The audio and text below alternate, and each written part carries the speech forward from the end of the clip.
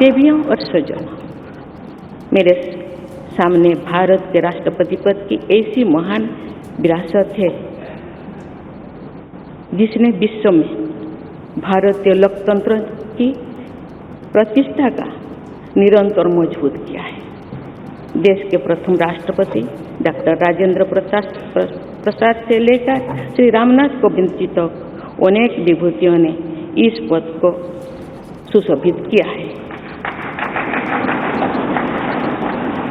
इस पद के साथ साथ देश ने इस महान परंपरा के प्रतिनिधित्व का दायित्व भी मुझे सौंपा है। संविधान के आलोक में मैं पूरी निष्ठा से अपने कर्तव्यों का निर्वहन करूंगी। मेरे लिए भारत के लोकतांत्रिक सांस्कृतिक आदर्श और सभी देशवासी हमेशा मेरे ऊर्जा के स्रोत रहेंगे।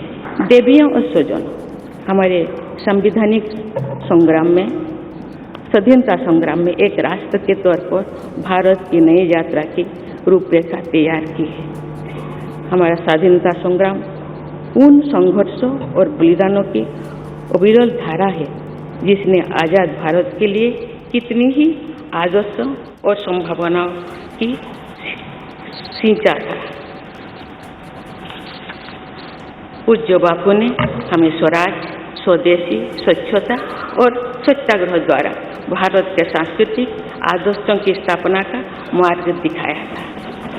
नेताजी सुभाष चंद्र बोस, नेहरू जी, सरदार पटेल, बाबा साहेब अम्बेडकर, भगत सिंह, सुखदेव, राजगुरु, चंद्रशेखर आजाद जैसे अनगिनत स्वाधीनता सेनानियों ने हमें राष्ट्र की स्वाभिमान को सर्वोपरि रखने की शिक्षा दी थी। रानी लक्ष्मीबाई, रानी वेलु नाचियार, रानी गाईदिन्यू और रानी चेन्निमा जैसी अनेकों वीरांगनाओं ने राष्ट्र इच्छा और राष्ट्र निर्माण में नारी शक्ति की भूमिका को नई ऊर्जा दी है। संथाल क्रांति, पाइक क्रांति से लेकर कोल क्रांति और भील क्रांति ने स्वतंत्रता संग्राम में आदिवासी योगदान को और सशक्त किया। सामाजिक उत्थान एवं देश प्रेम के लिए धरती आबा भगवान बिरसा मुंडा जी के बलिदान से हमें प्रेरणा मिली थी। मुझे खुशी है कि आज़ादी की लड़ाई में जनजातीय समुदाय के योगदान को समर्पित अनेक म्यूजियम देश भर में बनवाया जा रहा है। देवियों और स्वजनों, एक संसदीय लोकतंत्र के रूप में 75 वर्ष में भारत ने प्रगति के संकल्प को सहभागिता एवं सर्वसम्मति से आगे बढ़ाया है। विविधताओं से भरे अपने देश में हम अनेक भाषा, धर्म, संप्रदाय, खान पान, रहन सहन, रीति रिवाजों का अपनाते हुए एक भारत श्रेष्ठ भारत के निर्माण में सक्रिय है। आज़ादी के 75वें वर्ष के अवसर पर आया है अमृतकाल। भारत के लिए नए संकल्पों का कालखंड है। आज मैं इस नए युग के स्वागत में अपने देश को नई सोच के साथ तत्पर और तैयार देख रही हूँ। भारत आज हर क्षेत्र में विकास का नया अध्याय जोड़ रहा है। कोरोना महामारी के वैश्विक संकट का सामना करने में भारत ने जिस तरह का सामर्थ्य दिखाया है, उसने पूरे विश्व में भारत की साख बढ़ाया है।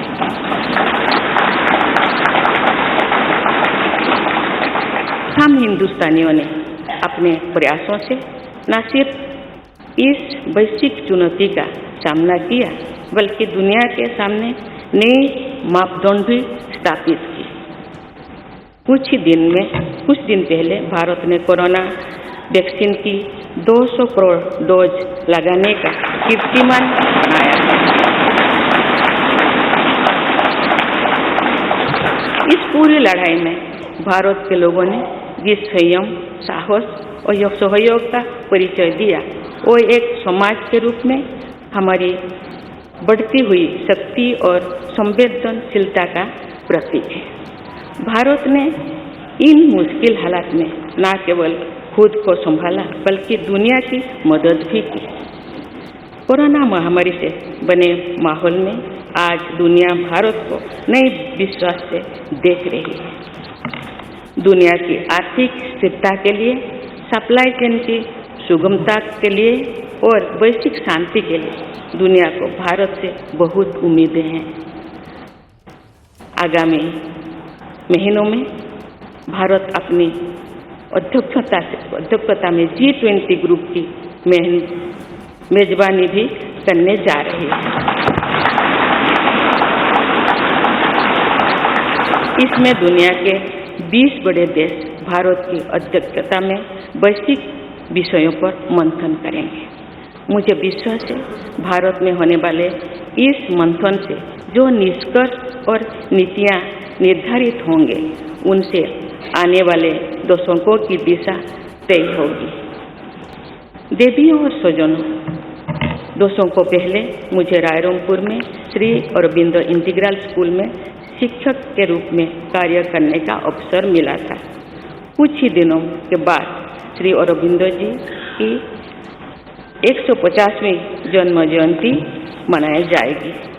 शिक्षा के बारे में श्री अरबिंदो के विचारों ने मुझे निरंतर प्रेरित किया है। जन प्रतिनिधि के रूप में विभिन्न पदों पर कार्य करते हुए और फिर राज्यपाल के रूप में भी मेरा शिक्षण संस्थानों के साथ सक्रिय जुड़ाव रहा है।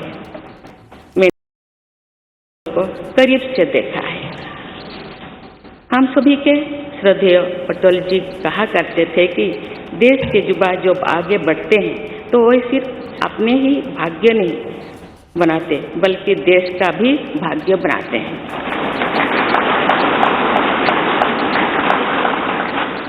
आज हम इसे सोच होते देख रहे हैं। वोकल फॉर लोकल से लेकर डिजिटल इंडिया तक हर क्षेत्र में आगे बढ़ रहा आज का भारत विश्व के साथ कदम से कदम मिलाकर औद्योगिक क्रांति 4.0 के लिए पूरी तरह भारत तैयार है। रिकॉर्ड संख्या में बन रहे स्टार्टअप्स में नए इनोवेशंस में दूर सुदूर क्षेत्रों में डिजिटल टेक्नोलॉजी की स्वीकार्यता में भारत के युवाओं की बड़ी भूमिका है। बीते वर्षों में भारत ने जिस तरह महिला सशक्तिकरण के लिए निर्णय लिए हैं, नीतियां बनाई गई है, इससे भी देश में एक नई शक्ति का संचार हुआ है। मैं चाहती हूँ कि हमारी सभी बहनें व बेटियां अधिक से अधिक सशक्त हो तथा वे देश के हर क्षेत्र में अपना योगदान बढ़ाती रहें। मैं अपने देश के युवाओं से कहना चाहती हूँ कि आप न केवल अपने भविष्य का निर्माण कर रहे हैं बल्कि भविष्य के भारत की नींव भी रख रहे हैं। देश के राष्ट्रपति के तौर पर मेरा हमेशा आपको पूरा सहयोग रहेगा।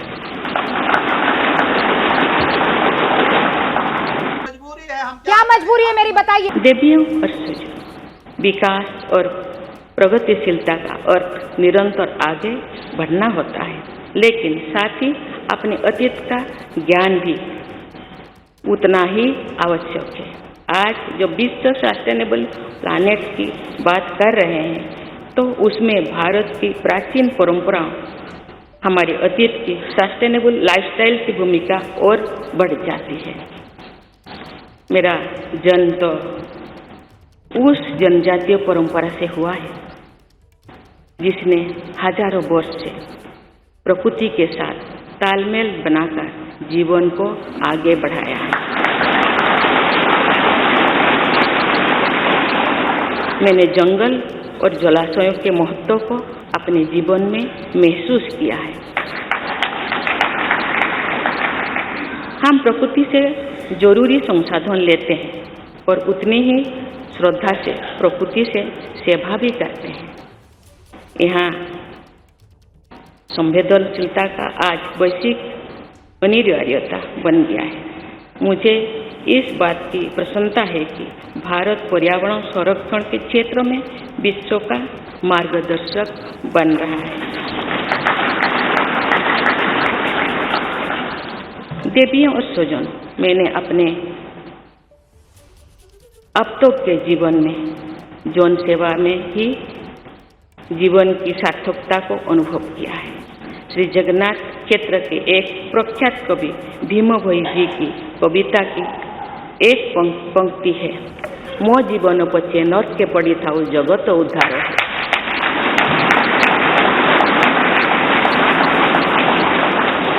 अर्थात अपने जीवन के हित और हित से बड़ा जगत कल्याण के लिए कार्य करना होता है। जगत कल्याण की इसी भावना के साथ मैं आप सबके विश्वास पर खरा उतरने के लिए पूरी निष्ठा व लगन से काम करने के लिए सदैव तत्पर रहूंगी। एक इतिहास और जो आज रचकर जा रही हैं कि इस सेंट्रल हॉल में शपथ लेने वाली आखिरी राष्ट्रपति द्रौपदी मुर्मू रहेंगी। और साथ ही दर्शकों को मैं ये भी बता दूं, इसके बाद वोरा जी इस पर और अच्छे से रोशनी डाल पाएंगे कि संसद में पहली विदाई जो है वो विलियम माउंटबैटन की हुई थी और आखिरी राष्ट्रपति जिनकी विदाई हो रही है वो रामनाथ कोविंद सर। धन्यवाद। जो आपने अभी कहा है लॉर्ड माउंटबैटन के बारे में, बिल्कुल सही कहा आपने। और ये अभिवादन वहां पर स्वीकार करते हुए, मुलाकात करते हुए आप देख रहे हैं राष्ट्रपति द्रौपदी मुर्मू यहां पर मुलाकात कर रही हैं प्रधानमंत्री नरेंद्र मोदी। जिस दिन इनका चुनाव हुआ था 21 जुलाई को, आपकी उम्र बहुत कम है, लेकिन 1969 में नील आर्मस्ट्रांग पहले व्यक्ति थे जिन्होंने चंद्रमा पर कदम रखा था। और आज का दिन 25 जुलाई, आपको इतना बता देता हूं, माना जाता है, सेलिब्रेट किया जाता है world health and happiness day. तो आज हमारे पास हैप्पीनेस की तो हमारी कोई सीमा नहीं है। मैम, अगर आप इजाजत दें तो मेरे पास दक्षिण सूडान से एक मैसेज आया एक मंत्री का, अगर आप इजाजत दें तो मैं पढ़ देता हूं। दक्षिण सूडान के कबीले का डिंका हम लोग कहते हैं, मैं उसका ऑनररी मेंबर हूं। उन्होंने इसे यही लिखा है, dear ambassador Deepak, one of our sisters, यानी कबीले से tribal, is now the president of the largest democracy in the world. Congratulations, India has once again shown the way. क्या कह सकता हूं मैं इसके? जबरदस्त बात है। मतलब ये संदेश जो है वो सिर्फ देश तक सीमित नहीं है, बल्कि दुनिया भर में जिस तरीके से एक जनजाति से जुड़ी महिला जो है वो दुनिया के सबसे बड़े लोकतंत्र में सर्वोच्च संवैधानिक पद पर पहुंचती है, ये बड़ा संदेश जो पूरी दुनिया में जा रहा है सर।